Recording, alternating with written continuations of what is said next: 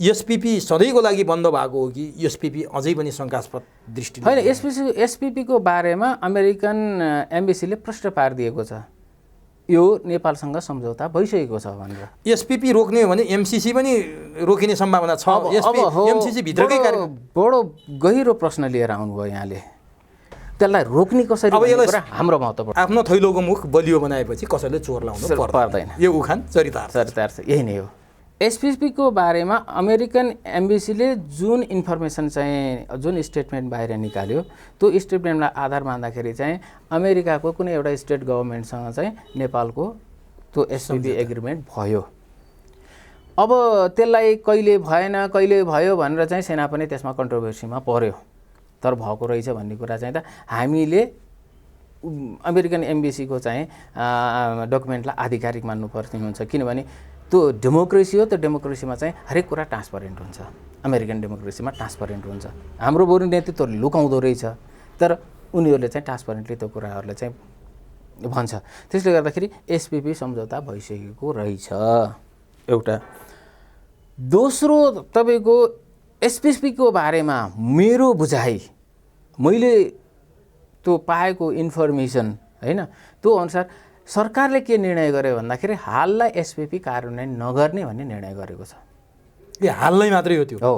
तर मन्त्री परिषदले एसपीपी कार्यान्वयन नगर्ने पत्र पठाइसक्यो भनेर गृहमन्त्रीले सदनमा बोले। होइन, त्यो त परराष्ट्रमा गएर बुझे भइहाल्यो नि, पत्र गएको छ। परराष्ट्र सही कि गृह सही कि मन्त्री परिषद सही त? अब यहाँनिर के भने नि हामीले यो एउटा विदेश मामला भएको कारणले गर्दाखेरि हामीले परराष्ट्र मन्त्रालय पत्र पठाए कि पठाएन त्यो महत्त्वपूर्ण हुन्छ। त्यो पत्र चाहिँ प्रधानमन्त्रीकै दबाबमा हो नपठाएको? त्यो दबाब पनि हुन सक्ला, अथवा चाहिँ त्यो पत्र पठाउँदा नि केही फरक पर्दैन। पत्र पठाउने के हो त भन्दाखेरि हाललाई एसपीपी कार्यक्रम कार्यान्वयन गरिने छैन, यसलाई स्थगित गरे त होइन नि, यो सम्झौतालाई रद्द गरे हो, पोस्टपोन गरे हो, यसलाई रद्द गरे त होइन नि, यो पोस्टपोन मात्रै भएको हो। अब यो पोस्टपोन चुनावसम्म पोस्टपोन होला, चुनाव पछि चाहिँ फेभरेबल गभर्मेन्ट आयो भने त्यो कार्यान्वयनतिर जान सक्ला। त्यसले गर्दाखेरि अमेरिकनहरू चाहिँ स्पष्ट छन्, नेपालमा उनीहरूले जुन रणनीति आफूले चाहिँ बनाएको छ त्यो रणनीति कारगर रूपमा कार्यान्वयन भइरहेको छ। हामी चाहिँ अस्पष्ट छौँ, हामी अस्पष्ट छौँ र बेला बेलामा चाहिँ पिपुलको एउटा दबाब आउन थालिसकेपछि त्यसलाई चाहिँ रोक्नको लागि चाहिँ हामीले एउटा निर्णय गरिदिन्छौँ। जुन निर्णय भनेको चाहिँ तपाईँको के हो त भन्दा केही समयको लागि एउटा चाहिँ पन्छिने मात्रै कुरा हो, होइन भने उसको रणनीतिमा चाहिँ कार्यान्वयनमा कुनै किसिमको पनि कमी आयो। देउबाको चाहिँ के छ? होइन, देउबाले त आफूलाई प्रष्ट रूपमा चाहिँ म वेस्टर्न किताको मान्छे हो भनेर चाहिँ उहाँले देखाउँदा गर्व लागे जस्तो लाग्छ। भनेपछि उहाँ अमेरिका भ्रमणमा पनि जानुहुन्छ, एसपीपी पनि कार्यान्वयन हुन्छ? भ्रमणमै जाने कुरा चाहिँ अब यो चुनावको माहौललाई लिएर नहुन पनि सक्छ, किनभने चुनाव त जित्न पऱ्यो, म्यान्डेट त लिनु पऱ्यो नि। भ्रमण गरेर आइसकेपछि थप टिका टिप्पणी भएर चाहिँ काङ्ग्रेस पार्टीले नै एउटा डिजास्टर र ड्यामेज गराउने स्थिति पनि हुन सक्ला। त्यसले गर्दाखेरि त्यो कुरालाई चाहिँ ध्यानमा राखेर भ्रमण नहुन पनि सक्छ, भ्रमण जरुरी पनि छैन। एसपीपी स्थगित मात्रै हो अहिले, स्थगित पोस्टपोन भएको। भनेपछि एमसीसी र एसपीपी एक आपसमा जोडिएका अभिन्न अङ्ग जस्तै हुन्। एसपीपी रोक्दा एमसीसीमा पनि असर पर्छ र एसपीपी र एमसीसी रोकिनु भनेको श्रीलङ्का बन्नु हो। तपाईँले अघि भनिसक्नु भएको, त्यो त मैले प्रष्टै भनिसकेँ। भने यदि एसपीपी चाहिँ नेपाल सरकारले रोक्यो, यसलाई कार्यान्वयन नगर्ने, यसलाई चाहिँ हामीले फिर्ता गरिदिने, अब सम्झौतालाई रद्द गर्ने भनेर भन्यो भने एमसीसी स्वतः फिर्ता हुन्छ। एमसीसी फिर्ता हुनु भनेको श्रीलङ्का बन्नु हो। एमसीसी फिर्ता हुनु भनेको त प्रष्टै रूपमा अमेरिकाले के भनेको छ, यदि एमसीसी पास भएन भने हामीले सम्बन्धको बारेमा पुनर्विचार गर्छौँ। अब ठिक छ, अब अन्तिममा बिट मार्दाखेरि म नागरिकतामै पुगेँ। कहाँनिर पुगेँ भने नागरिकता विधेयक पारित भयो, 40जना सांसदले पारित गरे, त्यो अब भन्न पनि लाज भएन, बोल्न पनि लाज भएन। यो पास हुँदा एमाले आँखा चिम्लेर समर्थन गर्यो, जसरी एमसीसीमा पनि त्यसै गरेको थियो। माओवादीले पनि त्यो लचकता अपनाएर त्यो आफूले राख्दै आएको अडान छोड्यो। अब भनिदिनुहोस्, प्रचण्ड नागरिकता विधेयकको पक्षमा छन्, देव गुरुङ र नारायण काजी विरोध गरिरहेका छन्। एमाले संसदमा चुप लाग्यो, बाहिर शङ्कर पोखरेलहरू विरोध गरिरहेछन्। एमाले र माओवादीको नागरिकता विधेयकमा किन फरक धारणा आयो? फरक धारणा विरोधी हुन् कि होइन? फरक धारणा होइन, त्यो चरित्रको उजागर भएको। द्वैत चरित्र भन्न मिल्दैन यसलाई? होइन, चरित्र द्वैत चरित्र त हो नै।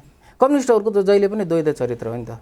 भारतको विरोध नगरिकन, नागरिकताको विरोध नगरिकन, अमेरिकालाई साम्राज्य नभनिकन त पब्लिक कन्जन्सवाला मुद्दै रहँदैन नि त। त्यसकारण माथिल्लो नेतृत्वले चाहिँ सर्वसम्मत गरिदिन्छ अनि तलका नेतृत्व यसको विरोध गर है भोलि पब्लिक कन्जम्सनलाई भोट माग्न जानलाई बाटो पनि चाहिन्छ होइन भने त्यो कम्युनिस्ट भएर सर्लकै भारतसँग समर्पण गर्यो अमेरिका समर्पण गर्यो भने हामीलाई बढाएर दिन्छ त्यसले गर्दाखेरि मैले चाहिँ यता सब ठक्क चाहिँ राष्ट्रिय सहमति गरेर चाहिँ एमसिसी पास गरियो राष्ट्रिय सहमतिबाट नागरिकता पारित विधेयक पास गरिएको र अनि त्यसपछि तल्लो तहकालाई बोल्न लगाइएको त्यसैले यो द्वैत चरित्र भएको कारणले गर्दाखेरि चाहिँ अब यहाँको पिपुललाई चाहिँ तपाईँको चाहिँ वर्ग ल्याउनलाई चाहिँ सधैँभरि सजिलो भएको र जसले गर्दाखेरि एउटा वाम जनमतलाई बढाउनको लागि यसले एउटा चाहिँ कार्य अब यसमा चाहिँ एउटा के भने काङ्ग्रेस स्पष्ट छ चाहे एमसिसीको बारेमा भनौँ नागरिकता विधेयक त्यसको चाहिँ परिणामको बारेमा चाहिँ बहस हुन सक्लान् तर काङ्ग्रेसले चाहिँ के गर्छन् स्पष्ट रूपमा चाहिँ हामीले भोक्यौँ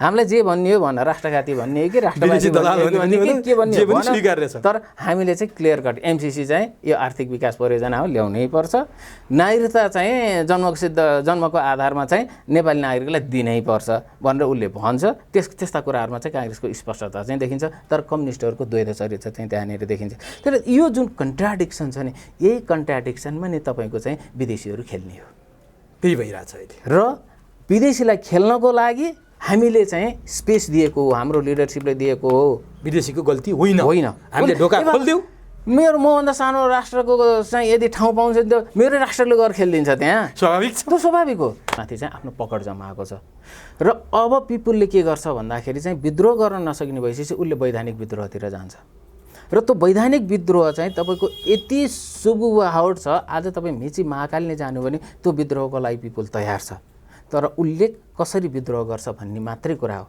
र अहिले त्यो विद्रोहलाई हेर्दाखेरि चाहिँ विशेष गरेर सहर केन्द्रित विद्रोह छ जुन हामीले गएको स्थानीय निर्वाचनमा पनि देख्यौँ बालेन शाह भनेको वैधानिक विद्रोहको उपज हो हर्क साम्पाङ भनेको वैधानिक विद्रोहको उपज हो र राजनीतिक दलले अझै पनि चाहिँ के कुरामा चाहिँ आफूलाई चाहिँ विश्वस्त राखिरहेको छ भने हामी मिल्दै गर्दाखेरि चाहिँ यो पिपुलको चाहिँ विद्रोहलाई दबाउन सकिन्छ भन्ने कुराहरूमा उनीहरू अझै पनि चाहिँ आश्वस्त छन्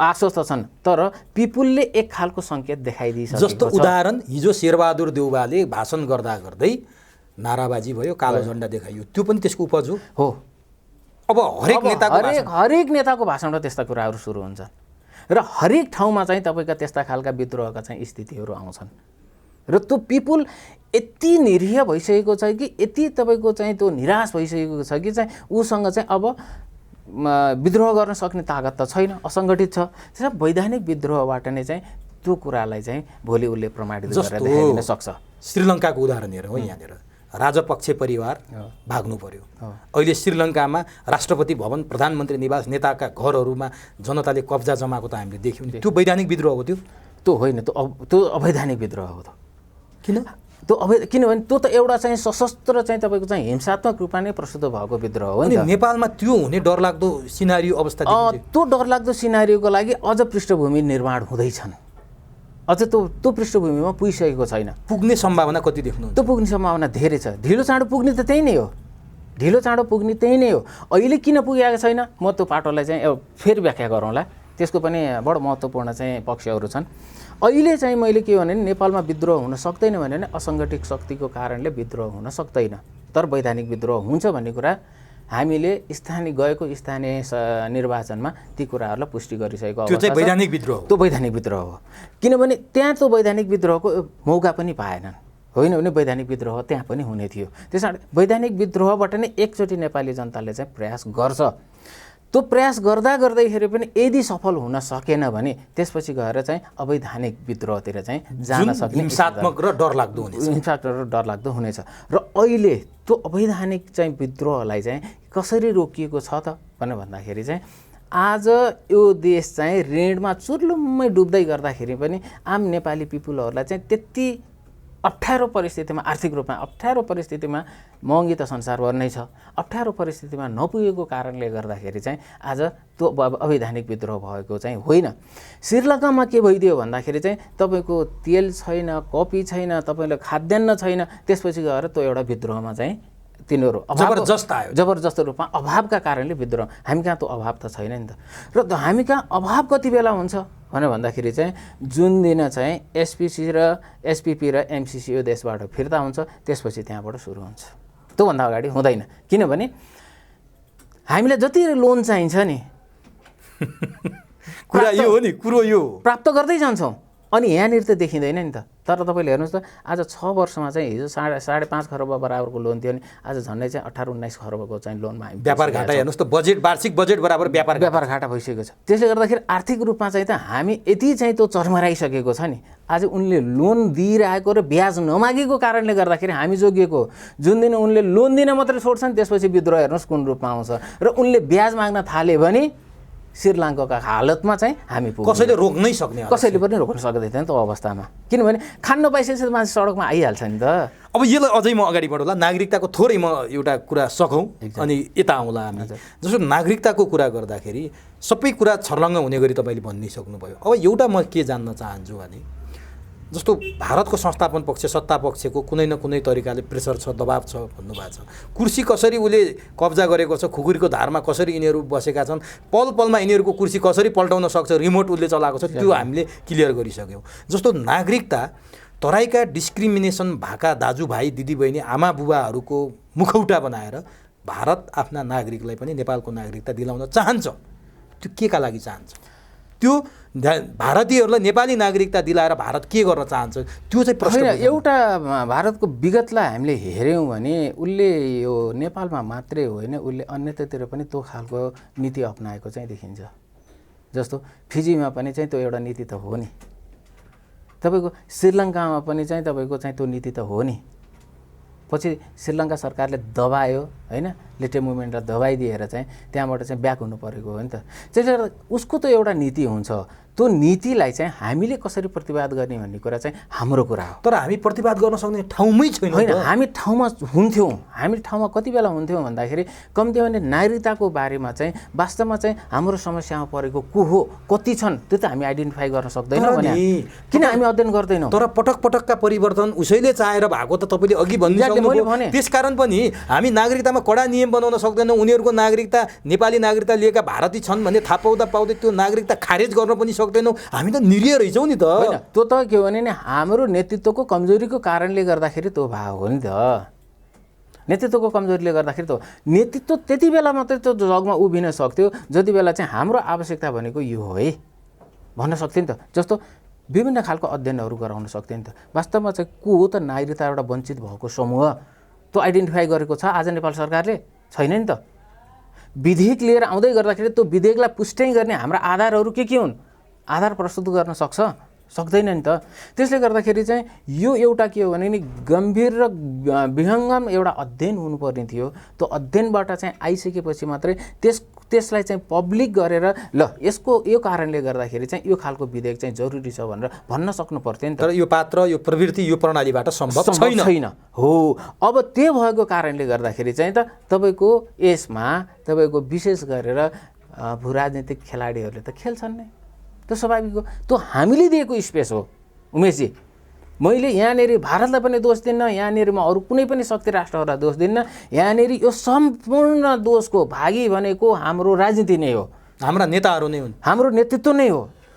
तर नागरिकता विधेयक पारित भए लगत्तै नेकपा माओवादी केन्द्रका अध्यक्ष पुष्पकमल दाहाल प्रचण्ड जो भारत भ्रमणबाट आइसकेपछि यो सिनारियो देखियो र उनले तराईमा सर्लाहीमा पुगेर भने अब 1,94,000 नेपाली मधेसी दाजुभाइ अझ बढी दिदीबहिनी आमा बुबा जो नागरिकताबाट वञ्चित हुनुहुन्छ, तपाईँहरूले नागरिकता पाउनुहुन्छ, यसलाई कार्यान्वयन गर्ने मेरो प्रतिबद्धता छ भनेर उहाँ बोल्नुहुन्छ। तपाईँले नागरिकताको नियम कानुन फितलो छ भन्नुहुन्छ, प्रचण्ड त्यसो भन्नुहुन्छ। उहाँले कसलाई प्रतिबद्धता पुरा गर्छु भनेर भन्नुभएको? भारतबाट आए लगत्तै भन्नुभयो तराईका दाजुभाइ खुसी छन्, अब व्यवसाय गर्न पाइने भयो, अब घर जग्गा किनबेच गर्न पाइने भयो, अब जागिर खान पाइने भयो। के हो यो त भ्रममा परियो क्या। खासमा भ्रममा पर्नुपर्ने प्रचण्डले के बोले त? होइन, भ्रममा पर्नुपर्ने केही पनि छैन। तपाईँ नेपालको राजनीतिलाई चाहिँ तपाईँले चाहिँ ट्र्यास गर्दै आउनुभयो भने सम्पूर्ण कुराहरू खुला रूपमा चाहिँ खुला किताब जस्ता छन्। राजा त्रिभुवनलाई पनि अफर त गरेकै नि हो नि इन्डियाले, होइन कि नेपालको सेक्युरिटी र फरेन पोलिसी हामीलाई दिनुहोस्, राजा हुनु शासन गर्नुहोस्। त्यसपछिका प्राइम मिनिस्टरहरूले पनि अफर गरेकै हो र त्यो कुरा विश्वेश्वर प्रसाद कोइरालालाई पनि गरेको, पञ्चायत कालमै इन्दिरा गान्धीले त फरेन पोलिसी र सेक्युरिटी त्यो दुईटा शर्त हो उनको, दिनुहोस् यहीँबाट प्रधानमन्त्री नियुक्त भएर जानुहोस्। नियुक्त भएर जानु। बिपी कोइरालाले त्यसलाई प्रतिवाद त गरे हो नि, म नेपाली जनताबाटै नै प्रधानमन्त्री हुन्छ, तिमीले बनाएको प्रधानमन्त्री त जनताको हुँदैन। र तत्पश्चात त्यो प्रयास 2046 सालको आन्दोलनमा पनि भयो। राजाले भारतका सामु चाहिँ झुकेर सत्ता जोगाउनुभन्दा नेपाली जनतासँग सम्झौता गर्छु, नेपाली जनतासँग सम्झौता गरेर त्यो प्रेसरलाई पनि फेरि रोकेको हो। अथवा त्यसपछि 62-63 भन्दा अगाडि पनि राजा ज्ञानेन्द्रलाई पनि फरेन पोलिसी र सेक्युरिटी हामीलाई देऊ, राजा बनेर बसिराख। उनले पनि स्वीकारेनन्। जसले स्वीकार गर्यो, स्वीकार गर्नेहरूले चाहिँ त्यो भन्नु कुनै अनौठो कुरा होइन। कुरा यति भए प्रष्ट छ। बुझ्नेले बुझुन्, नबुझ्नेले नबुझुन्, यथार्थ त यही नै हो। त्यसो भए आरजू र प्रचण्डलाई भारतमा आउने निर्वाचन पछाडि आलो पालो प्रधानमन्त्री हुने भारतले रोहबर बसेको हो? यो हल्ला चलिरहेछ होइन, हल्ला चलिरहेको छ। तर म त्यो कुरामा पनि त्यति धेरै सहमत हुन सक्दिनँ। किन भन्दाखेरि यहाँका राजनीतिक दलहरूले आफ्नो सहमति गर्दाखेरिमा चाहिँ यदि शक्ति राष्ट्रहरूको अनुमोदन भएन भने चाहिँ त्यो हुन सक्दैन भन्ने कुरा मलाई लाग्छ। किनभने आजको प्रणाली, आजको पात्र, आजको प्रवृत्तिलाई हेर्दाखेरि त्यो भन्न सक्ने स्थितिमा हामी छौँ। पहिलो कुरा त के बुझ्नुपर्छ यहाँहरूले भन्दाखेरि आजको भारतको जुन संस्थापन छ नि, त्यो संस्थापन भनेको आरएसएसको ब्याकिङको संस्थापन हो। र आरएसएसको एउटा मूल ध्येय के हो भन्दाखेरि चाहिँ एन्टी कम्युनिजम, एन्टी मुस्लिम, यो दुईवटा कुरा हो। भनेपछि आरएसएसको ब्याकिङमा भएको भारतको संस्थापनले नेपालमा कम्युनिस्टको चाहिँ लिडरसिपमा अब गभर्मेन्ट बनाउँछ मलाई लाग्दैन। किनभने उसले त भारतबाट नै कम्युनिस्टलाई स्विप गर्ने अभियान चलाएको छ र स्विप गर्दै गइरहेको छ, भइरहेको पनि छ। त्यसो भए एन्टी कम्युनिस्ट मुभमेन्ट, मुस्लिम त हाम्रोमा त्यति धेरै चल्छ, हाम्रो मुस्लिमको समस्या होइन, कम्युनिस्टको समस्या भारतलाई छ। एन्टी कम्युनिस्ट मुभमेन्ट चलाउने भारत, जेपी नड्डा भाजपाका अध्यक्ष, मोदीले त बोलाएको होइन रहेछ प्रचण्डलाई, त्यो प्रष्ट भइसक्यो। जेपी नड्डाले प्रचण्ड जो धर्मनिरपेक्षताको एजेन्डा मेरो हो भन्छन्, त्यस्ता प्रचण्डलाई के का लागि निमन्त्रणा गरे र प्रचण्डलाई भेटे। विजय चौथाइवाले उनले पनि भेटे, जयशङ्करले पनि भेटे, मोदीले भेटेनन्। र त्यहाँ पुगेर प्रचण्डले भाजपा त चिनिया कम्युनिस्ट पार्टी भन्दा पनि ठुलो रहेछ, चिनिया कम्युनिस्ट पार्टीको झन् मलाई सदस्यता 9 करोड थाहा थियो, यसको त 15 करोडभन्दा बढी रहेछ भनेर प्रचण्डले त्यति धेरै बयान गर्नुपर्ने अपोजिट पोल हो नि त भाजपा र नेकपा माओवादी। त यो संयोग, यो भेटघाट के का लागि थियो र उनले त्यहाँ गएर बखान गर्नुपर्ने भाजपा? मूल रूपमा यो भेटघाट भनेको सत्ता गठबन्धनका प्रभावशाली नेतृत्व, म पहिलो नेतृत्व नै भन्दिनँ, प्रभावशाली नेतृत्वहरूलाई कुनै न कुनै रूपमा आफ्नो पक्षमा लिने भारतको चाहिँ जुन रणनीति हो, त्यो रणनीतिको तहत अन्तर्गत यो भेटघाट हो। भनेपछि आरजू त्यो लेभलमा पुगिसकिन् काङ्ग्रेसमा? अहिले त सरकार त म्याडम आरजूले नै चलाउनु भएको छ नि त, देखाउनलाई चाहिँ प्रधानमन्त्री देउबा सरकार त उहाँले चलाउनु भएको छ नि त, असंवैधानिक ढङ्गबाट। पावर त उहाँको हातमा छ नि त। त्यसले गर्दाखेरि चाहिँ पार्टीमा त उहाँको त पुरै चल्छ। तपाईँ मन्त्री परिषदका सदस्यदेखि लिएर काङ्ग्रेसका चाहिँ नेतृत्व पदाधिकारीहरू आरजू देउबाको एगेन्स्टमा एक शब्द, एक लफ्ज बोल्न सक्ने हिम्मत छैन नि त। त्यसले गर्दाखेरि त उहाँ पावरफुल हो।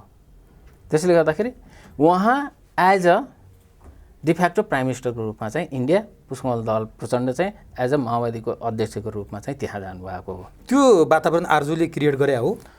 आरजूले प्रचण्डलाई मलाई लाग्दैन यो आरजूको मात्रै नभएर यो एउटा समग्र नेपालको चाहिँ जुन भू राजनीति छ, त्यो भू राजनीतिक चाहिँ तपाईँको परिस्थितिको चाहिँ उपज हो यो। तर नि भ्रमण, प्रचण्डको आकस्मिक भारत भ्रमण, आरजू देउबा उतै भारतमा रहनु, तपाईँले भने जस्तो डिफ्याक्टो प्रधानमन्त्री नै भइन्, प्रचण्ड पनि शक्तिशाली मान्छे नै भए यो सत्ताको। चिनिया नेता नफर्किँदै भ्रमणको कार्यक्रम तय हुनु, उनी फर्केपछि प्रचण्ड त्यहाँ पुग्नु, अनेक आशंका जन्मायो क्या। चिनको मेसेज बोकेर भारत गएको भन्ने पनि छन्। होइन, आशंका त्यति धेरै चाहिँ जन्माउनु र हामीले आशंका त्यति धेरै मान्नु पर्दैन। चिनको नेपाल भिजिट उसको आफ्नो नेपालमा चाहिँ जुन खस्किँदै गएको र चाहिँ जुन सम्बन्ध चिसिएको थियो त्यसको सुमधुरको लागि हो। त्यो सामान्य हो। त्यो सामान्य हो। चीनले त्यो प्रयास गर्नु त्यो सामान्य हो हैन। त्यसलाई चाहिँ तर लगत्तै प्रचण्ड जानु र त्यसपछि प्रचण्ड जानु भनेको चाहिँ त्यहाँनिर चाहिँ प्रचण्डजी अथवा यहाँको चाहिँ सरकारको भूमिका भन्दा नि मलाई यहाँनिर चाहिँ कता कता चाहिँ भारतको भूमिका महत्त्वपूर्ण लाग्छ। कसरी? किन भन्दाखेरि प्रचण्डजीको आकस्मिक चाहिँ त्यो भिजिट होइन। किनभने यो डिप्लोमेसीमा तपाईँ के हुन्छ भन्दा चिनिया चाहिँ परराष्ट्र मन्त्री भनौँ अथवा चिनिया विदेश विभाग कम्युनिस्ट पार्टीको विदेश विभाग प्रमुखको नेपाल चाहिँ जुन भिजिट हो त्यो भिजिट त तय गर्नको लागि कम्ती पनि 2-3 महिनाको होमवर्क हुन्छ नि त। 2-3 महिनाको होमवर्क भइसकेपछि जब डेट फिक्स भइसकेपछि त्यसपछि इन्डियाले पनि चाहिँ यो पुष्पकमल दाहाल प्रचण्डजीको डेट फिक्स गरेको हुनुपर्दछ र त्यो फ्ल्यास भनेको चाहिँ त्यो अन्त्यमा मात्रै गरिएको हुनसक्छ। त्यसले गर्दाखेरि चीन र भारतको चाहिँ जुन आफ्नो चाहिँ सम्बन्ध हो त्यो सम्बन्धको चाहिँ जुन कन्ट्राडिक्सन हो अथवा त्यसको रिफ्लेक्सन भनेको नेपालमा देखिया मात्रै हो। प्रचण्ड त्यहाँ जानु त्यसको रिफ्लेक्सन। त्यसले गर्दा प्रचण्डजीहरू चाहिँ त्यो एउटा चाहिँ रिफ्लेक्सनको मात्रै माध्यम हो। उहाँहरू कति बुझेर जानुभएको छ कति बुझेर जानुभएको छैन भन्ने कुराहरूमा चाहिँ थप व्याख्या र विश्लेषण हुँदै गर्दाखेरि तर मैले यहाँनिर हाम्रो सत्ताको भन्दा पनि यो भारतीय सत्ता र चाहिँ चिनिया सत्ताको चाहिँ आफ्नो स्वार्थको कारणले गर्दाखेरि चाहिँ यस्ता खालका चाहिँ कोइन्सिडेन्ट्सहरू चाहिँ भएर गएका हुन् भन्ने मेरो बुझाइ हो। परराष्ट्र मन्त्रालयले त्यो कार्यक्रम तय पहिले नै गरेको हुन्छ भनेर तपाईँले भनिरहँदा नेपालमा 2 पटक प्रधानमन्त्री भएको प्रचण्ड भारतमा ओर्लिँदा परराष्ट्र मन्त्रालयको कुनै कर्मचारी देखेनन्, कुनै त्यो डिप्लोमेटहरू पनि त्यहाँ देखेनन्। एउटा छोरी र एउटा सल्लाहकारको भरमा प्रचण्डले भ्रमण गर्नुपर्ने यो लज्जास्पद भएन? यो त हो, डेफिनेटली यो लज्जास्पदै हो परराष्ट्रको प्रतिनिधि। त्यसले गर्दाखेरि यो के हो, यो त हामीले धेरै पहिलादेखि नै चाहिँ हामीले यो एउटा कूटनीतिक मर्यादालाई त छोड्दै गइरहेका छौँ नि त। भने प्रचण्डको भारत भ्रमणले हाम्रो शिर उच्च राख्यो, हाम्रो शिर झुकाएको छ, बेइज्जत भयो, के भयो? शिर झुकाएको छ त्यसले। हाम्रो भारत यही चाहन्थ्यो, भारतले चाहेको पनि यही हो नि त। नेपालले र प्रचण्डकै शिर झुकाउन चाहन्थ्यो होइन, किनभने इन्डियनहरू आज पनि उनीहरूको चाहिँ चाहे जुनसुकै चाहिँ संस्थापन होस्, चाहे पुरानो संस्थापन होस् काङ्ग्रेसको बेलाको अथवा अहिलेको चाहिँ मोदी संस्थापन होस्, उनीहरू नेपालमा कम्युनिस्टहरूलाई फुटाउने र एउटा हाँगोलाई चाहिँ डेमोक्रेटिक फोर्सेसको चाहिँ सहायकको रूपमा चाहिँ तपाईँको चाहिँ त्यसलाई झुन्ड्याएर राख्ने उनीहरूको अब्जेक्टिभ नै हो। र त्यो अब्जेक्टिभ तहत चाहिँ प्रचण्डजीलाई एक खालको ओरिएन्टेसन गर्नको लागि चाहिँ त्यो खालको स्थिति चाहिँ त्यो निर्माण गरिएको हो। भने भारत संस्थापनबाटै गरिन्छ त्यस्ता खालका कुराहरू चाहिँ। भारत संस्थापन सफल भयो यसपटक सफल भयो। प्रचण्डले एयरपोर्टदेखि नै मोदीसँग भेट हुन्छ, भारतबाट फर्के लगत्तै चीनको भ्रमण हुन्छ भनेर बडो उत्साही भएर गएका थिए। उताबाट फर्किँदा यो कुनै पनि कुरा होइन, बिना तयारी गएपछि त यो हुनु नै थियो त। मोदीसँगको भेट सेड्युलमै थिएन, तयारी नै थिएन नि त।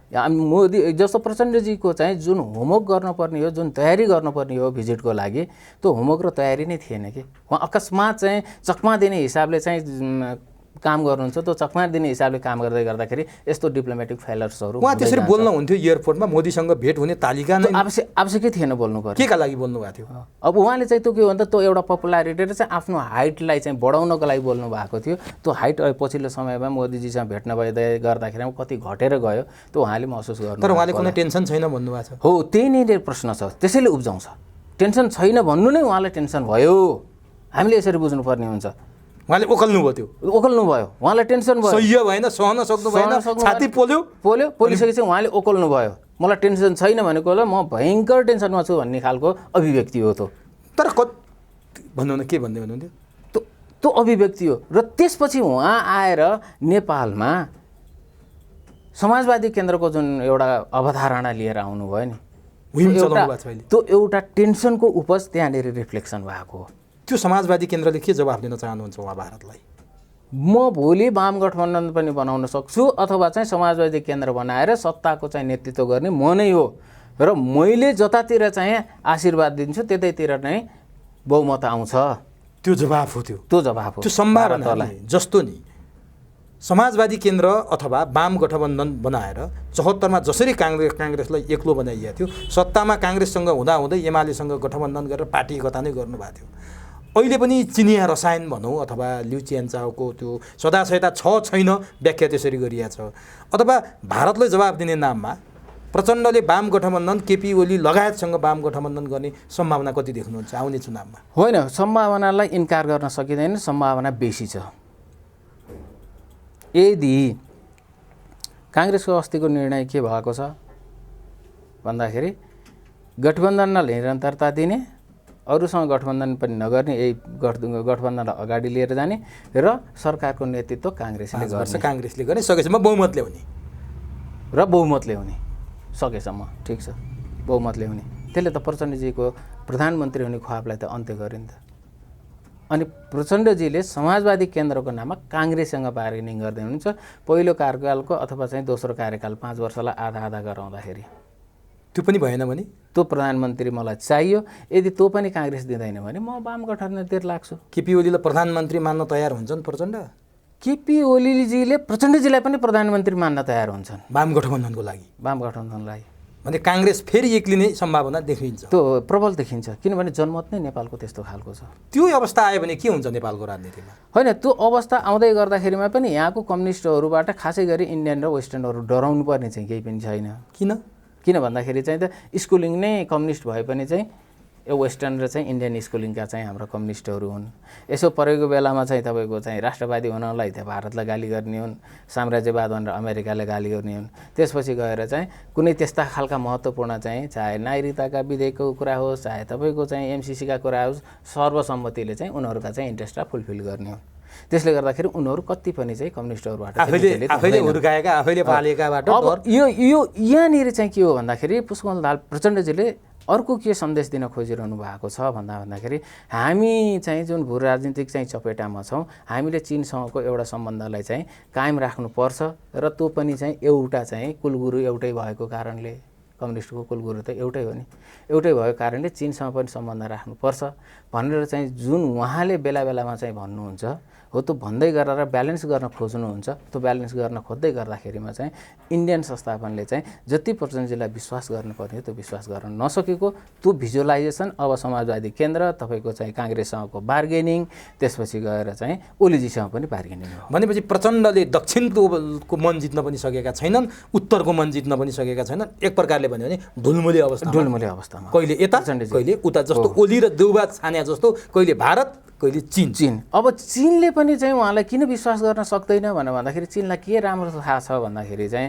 जुन 10 वर्षमा चाहिँ प्रचण्डजीको नेतृत्वमा यो देशमा चाहिँ जुन खालको विद्रोह भयो, त्यो विद्रोहको चाहिँ एउटा नलेज भनौँ, त्यसको चाहिँ तपाईँको विद्रोहको चाहिँ तपाईँको चाहिँ कार्यान्वयन भनौँ, त्यो सम्पूर्ण कुरालाई त उसले अब्जर्भ गरेको छ नि। त्यस कारण चाहिँ त्यो विद्रोहमा चाहिँ जो सामेल भएका छन्, जसले नेतृत्व गरेको छ, त्यो नेतृत्व भने चाहिँ त कम्युनिस्टको नाममा चाहिँ त अरू कसैले चाहिँ त्यसमा त्यो पनि प्रष्ट भइसकेको छ। त्यसले गर्दाखेरि चीनले पनि पूर्ण विश्वास गर्न नसक्ने र भारतको अहिलेको संस्थापनले त कम्युनिस्ट सफाइ गर्ने उसको चाहिँ अब्जेक्टिभ हो भने त त्यो विश्वास गर्ने प्रश्नै आएन। त्यसले प्रचण्डजी चाहिँ अहिले त्यो अप्ठ्यारोमा पर्नु भएको हो र अहिले नेपालको चाहिँ जुन कम्युनिस्ट आन्दोलन नै हो, त्यो कम्युनिस्ट आन्दोलन नै अप्ठ्यारोमा पर्दै गरेको कारणले गर्दाखेरि कुनै पोइन्टमा ओलीजी र तपाईँको प्रचण्डजी एक ठाउँमा आउने स्थिति चाहिँ पक्कै पनि देखिन्छ।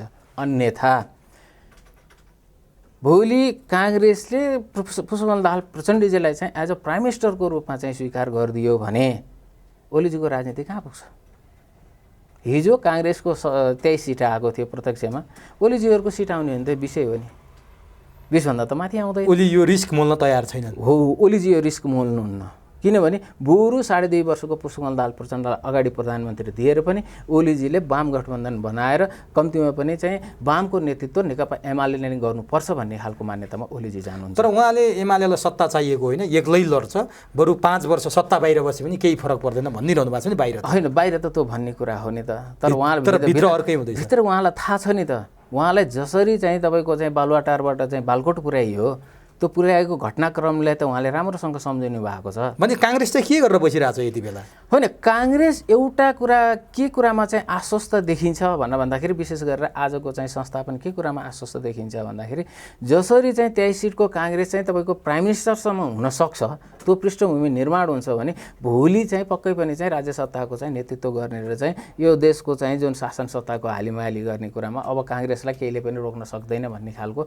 एउटा मनोग्रन्थि चाहिँ काङ्ग्रेसमा पलाएर आएको छ। अहिले सम्भव छ? मलाई लाग्दैन, किनभने काङ्ग्रेस आज यही गठबन्धन लिएर अगाडि गयो भने कि काङ्ग्रेसमा काङ्ग्रेसभित्रैबाट विद्रोह हुन्छ। त्यो डरलाग्दो सम्भावना नि छ, त्यो भयङ्कर ठुलो डरलाग्दो छ। जुन शेखर कोइरालाले नेतृत्व गर्छन्, शेखर कोइराला, गगन थापा लगायतका धेरैले यो अब माथिको नेतृत्व छोडिदिनुहोस्, तपाईँ गाउँ गाउँमा चाहिँ त्यो नेतृत्व, गाउँ गाउँमा एउटा चाहिँ के परिसक्यो, तपाईँको चाहिँ जिल्ला क्षेत्र प्रादेशिक तहमा का कार्यकर्तामा एउटा के पर्यो भन्दाखेरि चाहिँ अहिलेको संस्थापनका इतरहरूले टिकट पाउनेवाला पनि छैन, त्यसमा चुनावमा प्रतिस्पर्धा गर्ने पाइँदैन भनेपछि चाहिँ किन विद्रोह नगर्ने? त्यो डरलाग्दो चाहिँ काङ्ग्रेस, त्यो डरलाग्दो चाहिँ स्थिति चाहिँ काङ्ग्रेसको देशभरि छ। त्यसले गर्दाखेरि यही गठबन्धनबाट गयो भने पनि काङ्ग्रेसको अर्को एउटा दुर्दशाको चाहिँ स्थिति त्यहाँनिर देखिँदैछ भने अर्को वाम गठबन्धन भइदियो भने त काङ्ग्रेस त अहिलेको लिडरसिपले नै चाहिँ हामी गठबन्धन भएन त हामी हार्छौँ भनेर अहिले स्वीकार गरिसकेको स्थिति छ। यदि गठबन्धन भइसक्यो भने काङ्ग्रेसको बेहाल हुन्छ भन्ने खालको त अहिले नेतृत्वले स्वीकार गरेको अवस्था छ भने मलाई लाग्छ काङ्ग्रेस पनि चाहिँ अप्ठ्यारो पोजिसनमा छ। भने सबै दलहरू लगभग अप्ठ्यारो पोजिसनमा छन्। त्यसले गर्दाखेरि अल्टिमेटली मैले देखेको के हो त भनेर भन्दाखेरि चाहिँ तपाईँको चाहिँ दुइटैलाई चाहिँ समन्वय हुने गरेर चाहिँ कुन खालको चाहिँ स्थितिको निर्माण हुन्छ त्यो स्थितितिर चाहिँ जान्छ होला जस्तो लाग्छ। र सम्भावना चाहिँ जुन पुष्पकमल दाहाल प्रचण्डजीले भारतमा चाहिँ एक खालको बेइज्जती चाहिँ उहाँले चाहिँ जुन भोग्नुभयो, विशेष गरेर चाहिँ मोदीजीका चाहिँ विषयलाई चाहिँ उठाएर र मोदीजीसँग चाहिँ जुन भिजिट हुन पाएन त उहाँ आफ्नै कारणले पनि भिजिट। तर उहाँले इपिजीको बारेमा बोल्दा अथवा 1950को सन्धिको बारेमा पुनरावलोकन हुनुपर्छ भनेर बोल्दा भेट नभएको कुरा पनि आशय व्यक्त गर्नु पनि त्यो त स्वाभाविक हो त। उहाँ त्यही बेलुका मोदीजीलाई भेट्नुपर्ने छ, दिउँसो उहाँ त्यस्तो बोल्नुहुन्छ भने मोदीजीले कसरी भेट दिन्छ? यसले आफ्नो पारा त छोड्दो रहेछ त। त्यो पनि हो। जबकि इपिजीको बारेमा मोदीजीको दृष्टिकोण के हो प्रष्ट थाहा छँदैछ। त्यो 1950 ट्रिटीको बारेमा चाहिँ इन्डियाको दृष्टिकोण के हो पनि सबैलाई थाहा छ। यो राजनीतिक दलले त्यो कुरा गर्न सक्दैन त्यो पनि थाहा छ। अनि गएर चाहिँ क्षणिक चाहिँ पब्लिक कन्जम्सनका लागि चाहिँ त्यो मुद्दा उठाउनु भनेको चाहिँ त्यो मोदीलाई चाहिँ चिड्याउनु होइन। त्यसले गर्दा पुष्पकमल दाहाल प्रचण्डजी कहिले कहिले चाहिँ त्यो एउटा चाहिँ राष्ट्रवादी छवि निर्माण गर्छु भन्दै गर्दाखेरिमा चाहिँ उहाँ अझ बुमर्याङ भएका स्थितिहरू पनि छन् कि यो एउटा चाहिँ त्यो दृष्टिकोणबाट। तर हाम्रो नेपालका दृष्टिकोणले त पुष्पकमल दाहाल प्रचण्डजीले त्यो कुरा उठाउँदै गर्दाखेरिमा चाहिँ त वास्तवमा नेपालको पक्षबाट कुरा उठाएको त्यसलाई त हामीले समर्थन गर्नुपर्छ नि त। त्यो चाहिँ ठिक छ, त्यो चाहिँ ठिक छ। अब यो त समसामयिक विषयको कुरा भयो, भू राजनीतिक विषयको कुरा भयो। अलिकति अझै भू राजनीतिसँग जोडिएर हेर्दा प्रचण्ड भारतबाट फर्के लगतै जापान जाने तयारीमा छन्। हेर्दा सामान्य भातृ संस्थाका कार्यक्रम देखिन्छन्। प्रधान सेनापति अस्ट्रेलिया भ्रमणमा जाँदै हुनुहुन्छ, संसदमा कुरा उठ्यो, इन्डो पेसिफिक सम्मेलनमा जानुभएको छ अथवा अकुसमा सहभागी हुन जान लाग्यो भन्ने प्रश्न उठ्यो। प्रचण्डको जापान भ्रमण र प्रधान सेनापतिको अस्ट्रेलिया भ्रमणलाई सामान्य रूपमा लिने कि यी असामान्य घटना हुन्? के पर्पजको लागि जान खोज्या पुष्पकमल दाहाल प्रचण्ड? उहाँको भातृ संस्थाको कुनै पार्टीकै कार्यक्रम छ भन्ने कुरा छ, बाहिर आएको चाहिँ अब भित्री चाहिँ के हो? अब अहिले सरसर्ती हेर्दाखेरि चाहिँ प्राइम मिनिस्टरको चाहिँ अमेरिकाको भिजिट रद्द हुन्छ। हेर्नुहोस् है तपाईँको नेपालको किनभने अब नेपालको कुनै पनि लिडरसिप कुनै पनि चाहिँ देश जान्छ, विशेष गरेर इन्डो पेसिफिकको चाहिँ स्ट्राटेजीमा रहेका देशहरूमा यदि जान्छ भने त्यहाँनिर चाहिँ शङ्काको स्थितिले चाहिँ हेर्ने वातावरण बन्यो। किन भन्दाखेरि चाहिँ हाम्रा जति पनि चाहिँ गतिविधिहरू नि ती ट्रान्सपरेन्ट भएनन्। त्यो ट्रान्सपरेन्ट नभइसकेपछि आम पिपलले आशंका गर्छ। स्वाभाविक हो, त्यो स्वाभाविक हो। अब जापानको चाहिँ औचित्य चाहिँ फेरि पनि प्रश्न फेरि त्यहीँनिर आउँछ। एउटा पूर्व प्रधानमन्त्री जस्तो व्यक्ति जापान भ्रमण गर्दै गर्नुहुन्छ भने प्रोटोकल त मेन्टेन गर्नुपर्छ होला नि त। अथवा ती भ्रमणहरूमा आफूभन्दा तल्लो तहकालाई पठाइदिए हुन्छ होला नि भातृ सङ्गठनको, उहाँ आफू किन जाने भन्दाखेरि तपाईँको चाहिँ अहिले चाहिँ सुन्नमा आइरहेको छ अस्ट्रेलियामा चाहिँ सेक्युरिटीको होइन इन्डो पेसिफिकको चाहिँ मिटिङ हुँदैछ, सम्मेलन हुँदैछ भनेर भनिएको छ। अनि त्यसको साथसाथै चाहिँ अकुसको पनि चाहिँ त्यहाँनिर चाहिँ मिटिङ हुन्छ भनेर भनिएको छ। भनेपछि चाहिँ नेपाल चाहिँ एमसिसी पास गरेसँगै चाहिँ आइपिएसको एउटा अङ्ग त हो त, इन्डो पेसिफिक स्ट्राटेजीको अङ्ग त हो त। भनेपछि नेपालको प्रधान सेनापति अस्ट्रेलियामा त्यो हिसाबले जानुभएको भने त्यसलाई अन्यथाको रूपमा नलियो। प्रष्ट एमसिसी पास भइसकेपछि त अन्यथा मान्नै पाइएन। स्वाभाविक छ, त्यो स्वाभाविक हो। भने शेरबहादुर देउबाको अमेरिका भ्रमण हुन्छ या हुँदैन, अथवा यो एसपिपी शेरबहादुर देउबाकै दबाबमा चाहिँ परराष्ट्र मन्त्रालयले पत्र नलेखेको भन्ने कुरा पनि सार्वजनिक भइरहेछ। देउबाको अमेरिका भ्रमण सधैँका लागि यो प्रधानमन्त्री कालभरि रोकिएको हो कि यो चाहिँ केही समयको लागि रोकिएको अनिश्चितकालीन मात्रै हो कि अथवा समय दिनुभयो, अत्यन्त लामो छलफल गरियो, अत्यन्त महत्त्वपूर्ण विषयमा छलफल गरियो, आम दर्शकलाई सुसूचित पारिदिनु भयो, यसको लागि हार्दिक धन्यवाद। ल, यहाँले चाहिँ यो जुन मौका दिनुभयो यसको लागि पनि यहाँलाई धेरै धेरै धन्यवाद। हस् हस्।